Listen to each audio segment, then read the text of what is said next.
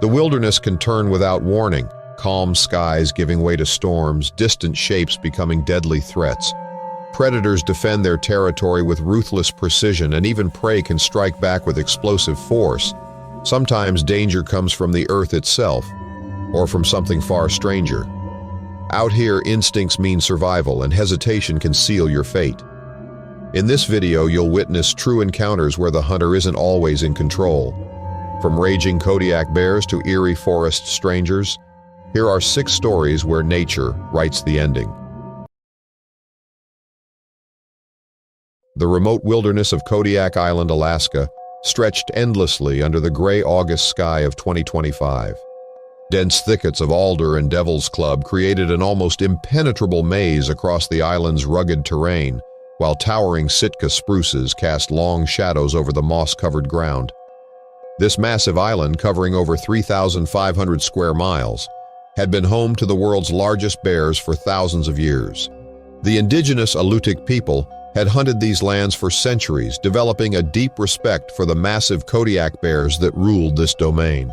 By the early 1900s, the island became renowned among big game hunters worldwide as the ultimate destination for those seeking the largest brown bears on Earth. Bartholomew Wickshire, a seasoned hunter from Montana with over 30 years of experience, led his hunting party through the thick morning fog that rolled in from the Gulf of Alaska. His companions included Maximilian Thornfield, a wealthy businessman from Texas who had hunted across 4 continents, Reginald Blackwood, a former military officer turned professional guide, Montgomery Ashford, a wildlife photographer who doubled as a skilled marksman, and Cornelius Fitzgerald, a veteran Alaskan hunter who knew these lands better than most. The 5 men had been tracking signs of a massive male Kodiak bear for 3 days. Fresh claw marks on tree trunks, enormous paw prints in the soft earth, and scattered remains of salmon indicated they were pursuing a specimen that could easily exceed 1,200 pounds. Cornelius estimated the bear stood nearly 10 feet tall on its hind legs, making it one of the largest predators on the continent. The fog grew thicker as morning progressed, reducing visibility to mere yards. Bartholomew made the decision that would prove fatal. He suggested they split into 2 groups to increase their chances of encountering the bear. He reasoned that if they could position themselves on opposite sides of the animal's probable path, they would have a better opportunity for a clean shot. Maximilian and Reginald headed north toward a small creek bed, while Montgomery and Cornelius moved south along a ridge line. Bartholomew positioned himself in the center, maintaining radio contact with both groups. The bear had been watching them for over an hour, its keen senses tracking their every movement despite the thick fog. Years of territorial dominance had taught this ancient male to recognize threats and respond with overwhelming force. The hunter's separation triggered its predatory instincts, as isolated prey was always easier to eliminate. At approximately 11:30 in the morning, Maximilian radioed that he spotted movement through the trees. The excitement in his voice was palpable as he described a massive, dark shape moving parallel to their position. Reginald confirmed the sighting, estimating the bear was roughly 200 yards away and moving toward Bartholomew's central position. The attack began without warning. From a blind curve in the trail, the 200-pound Kodiak bear erupted from the undergrowth with terrifying speed. Its massive paws, each armed with claws longer than human fingers, propelled its enormous frame forward at nearly 30 miles per hour. Bartholomew barely had time to raise his rifle before the bear's shoulder struck him with the force of a small truck, launching him backward into a cluster of young alders. The bear's roar echoed through the forest as it descended upon the stunned hunter. Its powerful jaws, capable of crushing a bowling ball, clamped down on Bartholomew's shoulder, shaking him like a rag doll. The hunter's desperate screams pierced the morning air, immediately alerting his companions to the dire situation. Montgomery arrived first, witnessing the horrific scene as the bear mauled Bartholomew with savage intensity. He raised his .300 Winchester Magnum and fired a hasty shot that grazed the bear's shoulder, succeeding only in redirecting its fury toward him. The wounded predator abandoned Bartholomew and charged Montgomery with renewed rage, covering the distance between them in seconds. The impact sent Montgomery sprawling across the forest floor as the bear's massive weight crashed down upon him. Its claws raked across his back, tearing through clothing and flesh while its teeth sought vital areas. Montgomery's rifle flew from his grasp, landing uselessly several yards away. Reginald and Maximilian reached the scene as the bear was attacking Montgomery. Both men fired simultaneously, their bullets striking the animal's flank and rear leg. Rather than retreat, the bear seemed to grow more enraged, turning its attention to these new threats while Montgomery lay motionless beneath a fallen log. The wounded bear moved with surprising agility despite its injuries, pursuing Reginald as he attempted to retreat while reloading. Its massive paw struck the former military officer across the chest, sending him crashing into a large spruce trunk. The impact knocked him unconscious, leaving him vulnerable to the bear's crushing bite to his midsection. Maximilian found himself facing the enormous predator alone as it turned toward him, its fur matted with blood from multiple wounds. His hands shook as he tried to chamber another round, but the bear closed the distance before he could complete the action. The wealthy hunter's final moments were spent trying to shield himself with his arms as the bear's powerful jaws found their mark. Cornelius had been moving carefully through the dense undergrowth when the radio calls turned to screams. Following the sounds of gunfire and human agony, he positioned himself behind a massive fallen spruce that had been toppled by winter storms years earlier. From this concealed location, he could observe the carnage while remaining undetected. The experienced Alaskan hunter watched in horror as the bear systematically attacked each of his companions. He recognized that panic would mean certain death, forcing himself to remain calm while the predator was distracted. When the bear finally paused to survey its work, standing over Montgomery's still form, Cornelius took careful aim with his .338 Lapua Magnum. The single shot struck the bear precisely at the base of its skull, severing the spinal cord instantly. The massive predator collapsed without a sound, its reign of terror ending as suddenly as it had begun. Emergency rescue crews arrived 6 hours later, guided by Cornelius's GPS beacon. They found 3 survivors clinging to life and 2 who would never return home. The incident became a stark reminder that in Alaska's wilderness, humans were not always at the top of the food chain. The dense wilderness of northern Maine stretched endlessly in every direction, a vast expanse of mixed hardwood forests dominated by towering white pines, red maples, and yellow birches. October 2018 had brought an unusually wet autumn to the region, transforming the forest floor into a soggy carpet of decomposing leaves and moss.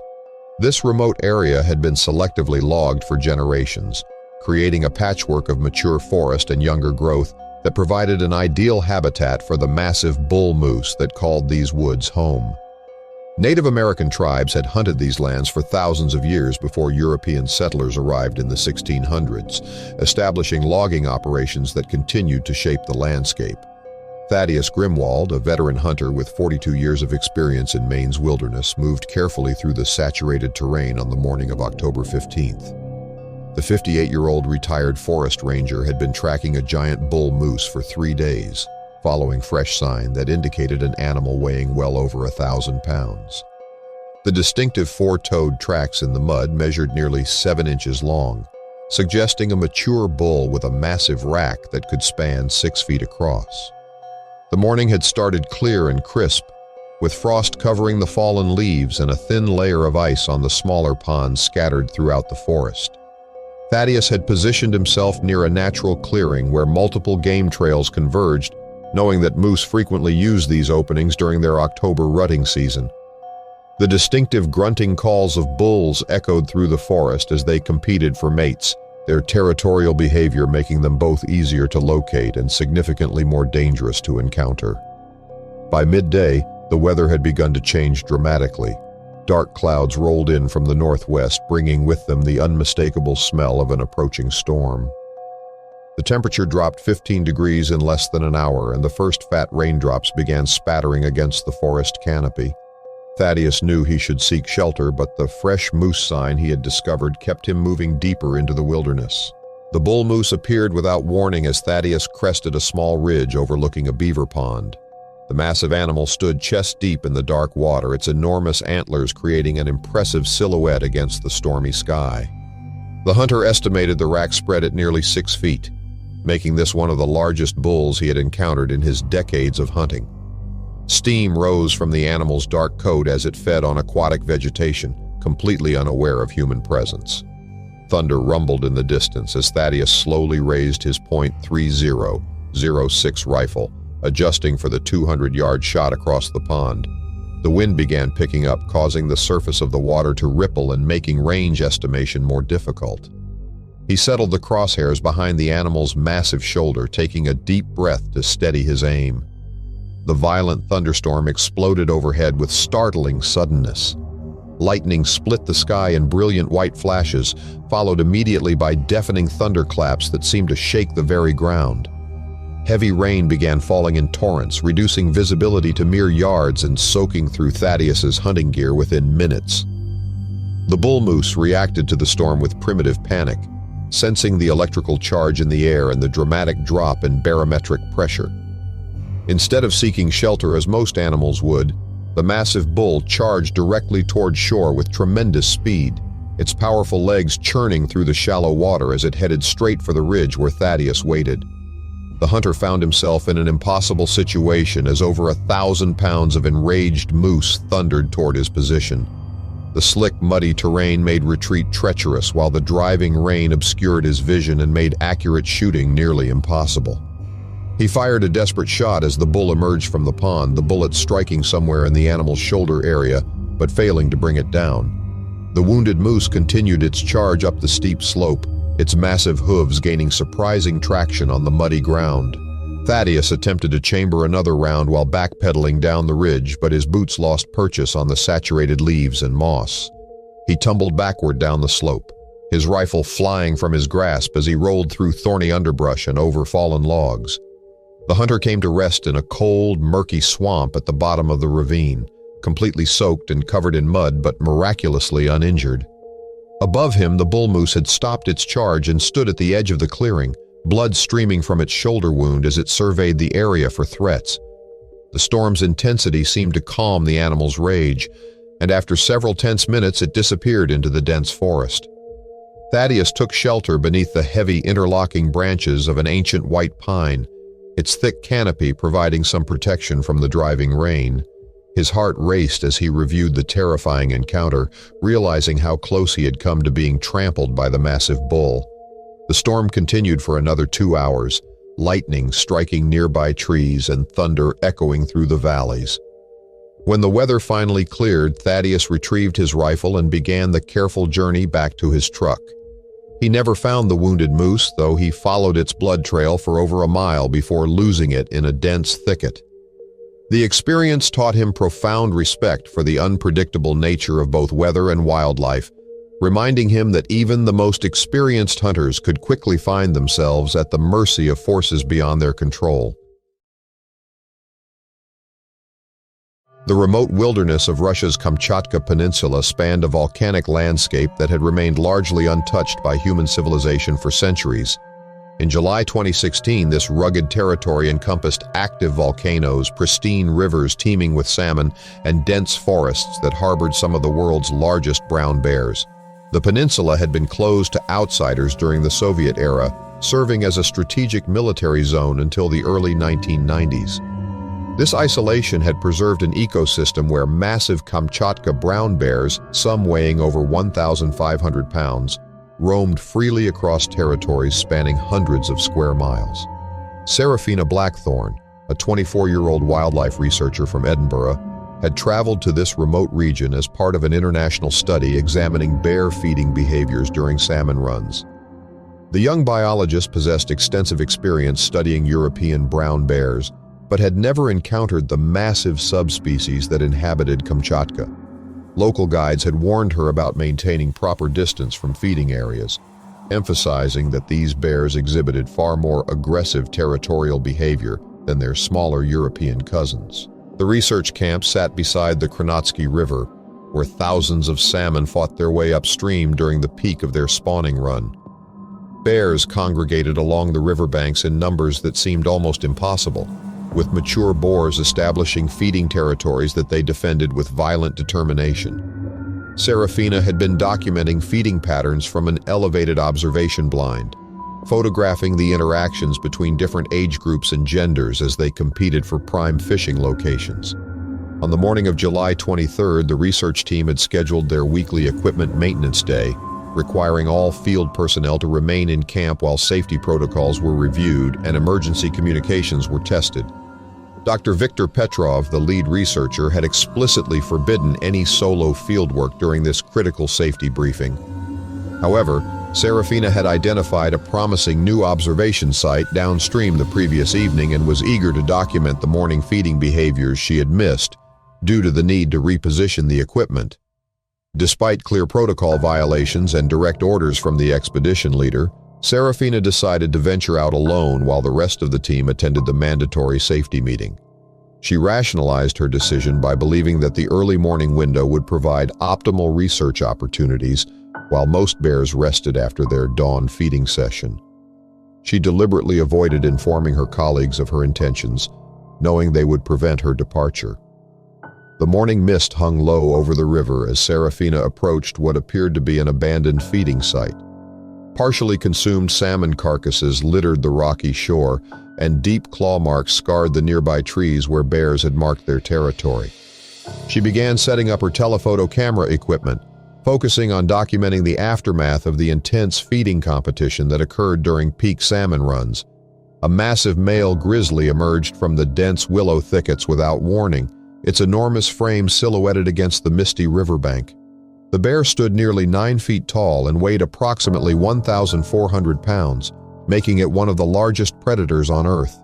Fresh salmon blood matted its dark brown fur, and its small, intelligent eyes immediately fixed upon the human intruder who had violated its feeding territory. The bear's defensive posture indicated extreme agitation as it began the threatening display behavior typical of territorial males. It swayed its massive head from side to side while emitting low, rumbling vocalizations that seemed to vibrate through the ground. Foam gathered at the corners of its mouth as it prepared to eliminate what it perceived as a direct threat to its valuable fishing grounds. Serafina recognized the danger immediately but found herself trapped between the river and the bear's position. Protocol dictated backing away slowly while avoiding direct eye contact, but the rocky terrain offered no clear escape route. The bear began advancing with deliberate steps, each footfall causing small stones to scatter as its massive weight pressed against the shore. Dmitry Volkov, an experienced elk hunter from the Siberian city of Yakutsk, had been tracking a large bull elk through the forest approximately half a mile upstream from Serafina's location.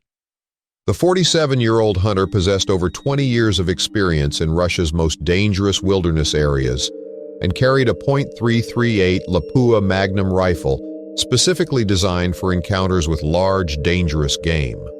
The sound of the bear's aggressive vocalizations carried clearly through the morning air, causing Dmitry to abandon his elk pursuit and investigate what he recognized as a potentially life-threatening situation.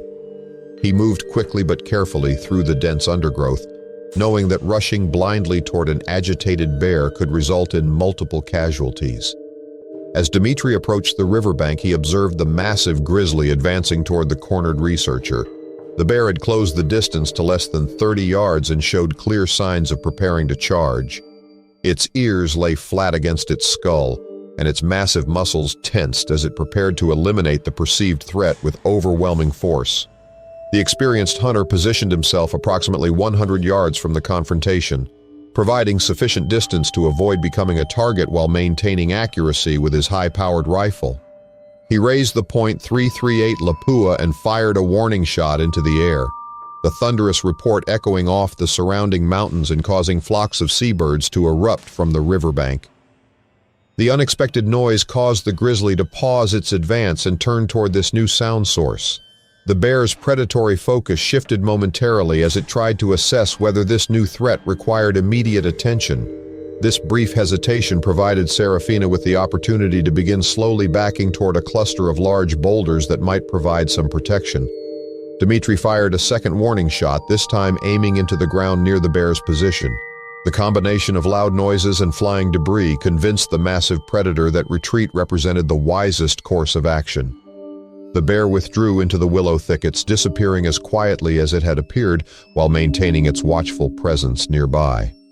The hunter remained in position for over 30 minutes, ensuring the bear had truly departed before approaching Serafina's location. He found her shaken but physically unharmed, though the psychological impact of confronting one of nature's most dangerous predators would remain with her for years to come. Dmitri escorted Serafina safely back to the research camp, sharing his extensive knowledge of bear behavior and emphasizing the critical importance of never venturing into prime feeding areas alone. Dr. Petrov was furious when he learned of Serafina's protocol violation, immediately suspending her from fieldwork for the remainder of the expedition. The incident highlighted how quickly routine research activities could become life-threatening encounters in one of Earth's last untamed wilderness areas. The rugged alpine zone of British Columbia's remote mountain wilderness stretched across a landscape carved by glaciers over thousands of years. In late August 2019, the high country showcased its dramatic beauty, which had attracted both wildlife and hunters for generations. Massive granite peaks rose over 10,000 feet above sea level, their snow-capped summits gleaming in the thin mountain air, while alpine meadows burst with wildflowers that would soon succumb to the approaching winter. Indigenous peoples had hunted these mountains for centuries, following ancient trails that wound through treacherous terrain where one misstep could prove fatal. Percival Ashworth, a wealthy businessman from Vancouver with 15 years of hunting experience, led his carefully planned expedition into this challenging terrain. His companions included Nathaniel Cromwell, a professional hunting guide who specialized in mountain game, and Octavius Fairfax, a wildlife photographer who documented their adventures across North America's most remote locations. The three men had spent considerable time preparing for this hunt, studying topographical maps and weather patterns while conditioning themselves for the physical demands of high-altitude pursuit. Their target was a magnificent bighorn sheep ram that local guides had reported seeing in the area for several seasons. The animal reportedly carried a full curl horn set that would qualify for record book consideration, making it one of the most sought-after trophies in North American hunting. Bighorn sheep inhabited some of the continent's most inaccessible terrain, requiring hunters to possess exceptional physical fitness and mountaineering skills to reach their remote habitat. The hunting party established their base camp at approximately 8,500 feet elevation, where scattered alpine firs provided minimal shelter from the constant wind that swept across the exposed ridges. Temperatures dropped below freezing each night, while daytime conditions rarely exceeded 50 degrees Fahrenheit despite the late summer timing. The thin air made every physical exertion more demanding, requiring frequent rest stops during their daily ascents to even higher elevations. On their third morning, Nathaniel spotted sheep tracks in a patch of soft earth near a natural water source. The distinctive cloven hoof prints indicated that a large ram had recently passed through the area, probably during the pre-dawn hours when sheep typically moved between feeding and bedding areas. Fresh droppings confirmed the animal's presence, encouraging the hunters to begin their methodical pursuit through increasingly treacherous terrain. They followed the tracks across steep scree slopes, where loose rock threatened to trigger dangerous slides with every step. The sheep's natural agility allowed it to traverse terrain that challenged even experienced mountaineers, forcing the hunters to rope up for safety while crossing several exposed cliff faces. Octavius documented their progress with his camera equipment, though the challenging conditions made photography extremely difficult. By mid-afternoon, they discovered the ram resting on a narrow ledge approximately 400 yards above their position. The animal appeared massive even at that distance, its distinctive curved horns creating an impressive silhouette against the granite cliff face. Nathaniel estimated the ram weighed nearly 300 pounds, making it one of the largest specimens he had encountered during his guiding career. The hunters began their careful approach, using natural features to conceal their movement while gradually closing the distance. The sheep's exceptional eyesight and hearing made stalking extremely challenging, requiring them to move only when wind conditions masked their sounds and approach angles avoided the animal's direct line of sight. They spent over 2 hours covering less than 200 yards, pausing frequently to glass the ram's position and plan their next movement. Percival finally reached a shooting position approximately 150 yards from the bedded ram, settling behind a large boulder that provided both concealment and a stable shooting rest. He chambered a round in his .300 Winchester Magnum and adjusted his scope for the steep upward angle that would affect bullet trajectory significantly at that range. As Percival prepared to take his shot, a sudden gust of wind carried their human scent directly toward the ram's position on the ledge above. The animal's nostrils flared as it detected the unmistakable odor of potential predators, triggering an immediate flight response hardwired by millions of years of evolution. The ram's acute senses, designed to detect threats in its harsh mountain environment, recognized the foreign scent as an immediate danger requiring explosive action. Without any warning signs, the ram suddenly erupted from its resting position and charged directly down the steep slope toward Percival's location. The sheep's powerful legs propelled its massive body across the treacherous terrain with incredible speed, its sharp hooves finding purchase on rock surfaces that seemed impossible to navigate. The animal's territorial instincts, heightened by the rutting season and the perceived invasion of its domain, drove it to eliminate the threat rather than simply flee to safety. The charging ram covered the distance with shocking speed, its 300-pound frame building tremendous momentum as it descended the nearly vertical slope. Percival barely had time to dive sideways before the animal's massive horns swept through the space where he had been positioned seconds earlier. The impact of his desperate evasion sent him tumbling down a rocky outcrop, his rifle clattering away as he fought to arrest his fall. Octavius captured the entire sequence with his high-speed camera, documenting the ram's incredible athletic ability as it navigated terrain that would challenge most mountain goats. The sheep came to a controlled stop approximately 20 yards below Percival's original position, its breathing heavy but its posture showing continued alertness for additional threats. The ram stood motionless for several tense minutes, its small but intelligent eyes fixed upon the three humans who had invaded its mountain domain. Its magnificent horn set gleamed in the afternoon sunlight, displaying the growth rings that indicated advanced age and survival through numerous harsh mountain winters. Steam rose from its thick coat as it evaluated whether these intruders required further aggressive action. Nathaniel slowly retrieved Percival's rifle while maintaining visual contact with the potentially dangerous animal. The guide's experience with mountain game allowed him to recognize the precise moment when the ram's aggressive posture began to relax, indicating that retreat might be possible without triggering another charge.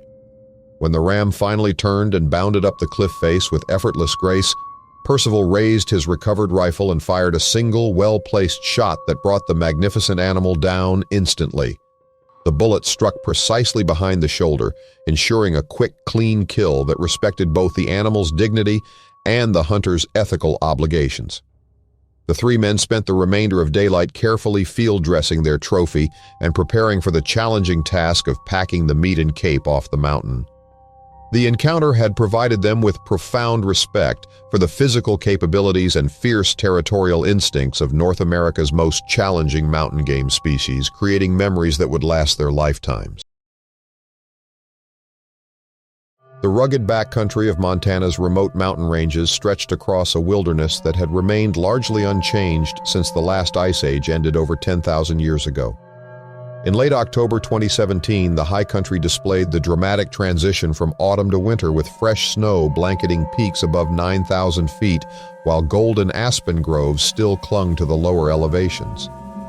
This vast wilderness area had supported massive elk herds for millennia, providing critical habitat for animals that could weigh over 700 pounds and migrate across hundreds of miles following ancient seasonal patterns established by their ancestors. Ferdinand Blackwood, a seasoned outfitter from Bozeman with 28 years of guiding experience in Montana's most challenging terrain, led his hunting party deep into this pristine wilderness during the final days of elk season. His clients included Archibald Whitmore, a retired petroleum engineer from Houston who had hunted across 4 continents, and Reginald Thornbury, a successful attorney from Denver who had been pursuing a mature bull elk for over a decade without success. The three men had been tracking a massive 6-point bull elk for 5 days, following fresh sign across increasingly treacherous terrain as early winter storms deposited new snow at higher elevations. The elk's tracks indicated an animal weighing approximately 800 pounds with an antler spread exceeding 50 inches, making it one of the largest bulls Ferdinand had encountered during his extensive guiding career. Such trophy animals typically inhabited the most remote and dangerous terrain, requiring hunters to possess exceptional physical conditioning and mountaineering skills. Their base camp was situated at an elevation of 8,200 feet in a sheltered valley surrounded by peaks that towered over 11,000 feet above sea level. Recent weather patterns had deposited nearly 2 feet of new snow above tree line, while temperatures dropped below zero each night. These conditions created both opportunities and dangers, as elk concentrated in lower elevations while unstable snow conditions increased avalanche risks throughout the region. On the morning of October 27th, the hunters discovered fresh elk sign leading toward a steep cirque basin where several mature bulls had been observed during previous seasons. The tracks indicated that their target had joined a small group of animals feeding on windblown grasses exposed by recent storms. Ferdinand recognized the area as prime elk habitat but expressed concerns about the snow conditions on the surrounding slopes. The approach required ascending a narrow valley bordered by steep avalanche chutes that had been loaded with fresh snow during the previous night's storm. Ferdinand led the group carefully along the valley floor, constantly evaluating the overhead hazards while following the elk tracks that led steadily upward toward their feeding grounds. The thin air made every step more challenging, requiring frequent rest stops as they climbed toward the 10,000-foot elevation where the elk had been feeding. By mid-morning, they reached a vantage point overlooking the Cirque Basin, where the bull elk stood majestically among a group of 6 cows. The massive animal displayed the physical characteristics that made Rocky Mountain elk among North America's most prized hunting trophies.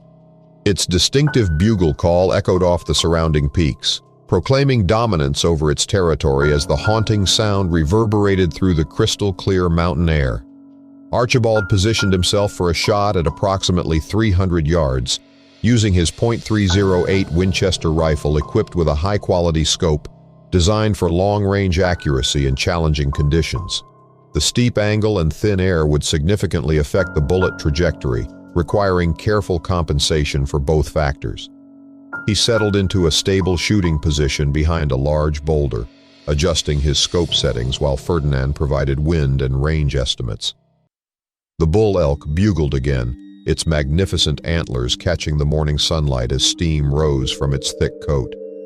The animal showed no awareness of human presence, focusing instead on maintaining control over his harem while feeding on the sparse vegetation exposed by recent wind patterns. Archibald centered his crosshairs behind the animal's massive shoulder, taking a deep breath to steady his aim in the thin mountain air. A sharp crack echoed from the slopes above them, the distinctive sound that experienced mountaineers immediately recognize as unstable snow beginning to fail. Ferdinand looked up to see a massive cornice of wind-loaded snow breaking away from the ridge crest approximately 2,000 feet above their position. The initial failure triggered a chain reaction as thousands of tons of snow began accelerating down the steep mountainside. The avalanche gained tremendous speed and volume as it descended, incorporating additional snow, rock, and debris while generating a thunderous roar that seemed to shake the entire mountain.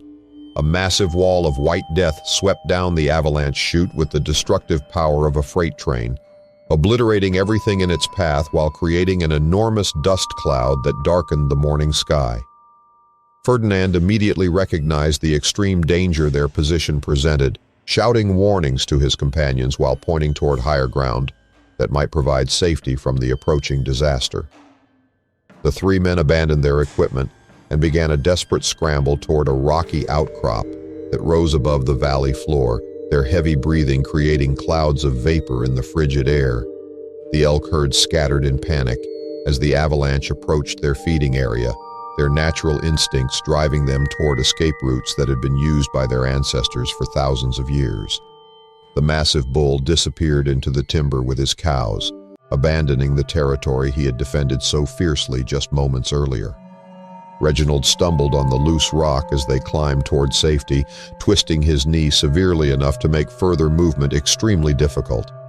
Ferdinand and Archibald supported him between them, fighting against time as the avalanche approached their former position with devastating force.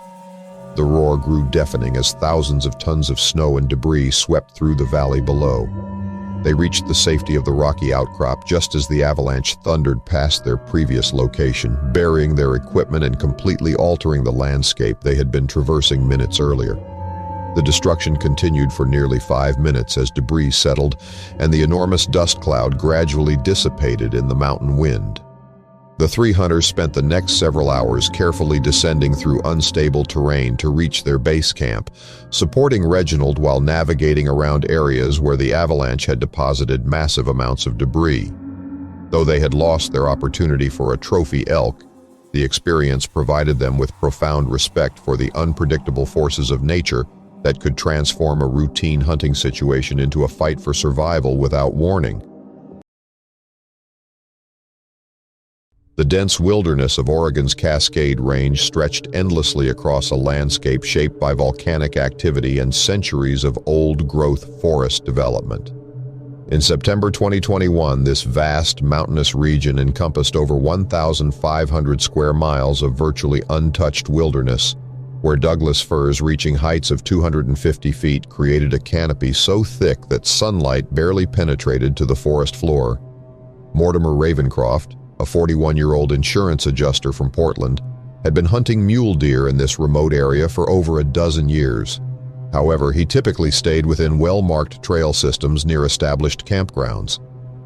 This particular season, his confidence, built over years of successful hunts in easier terrain, led him to venture deeper into the roadless wilderness, where larger bucks were rumored to exist, far from human pressure.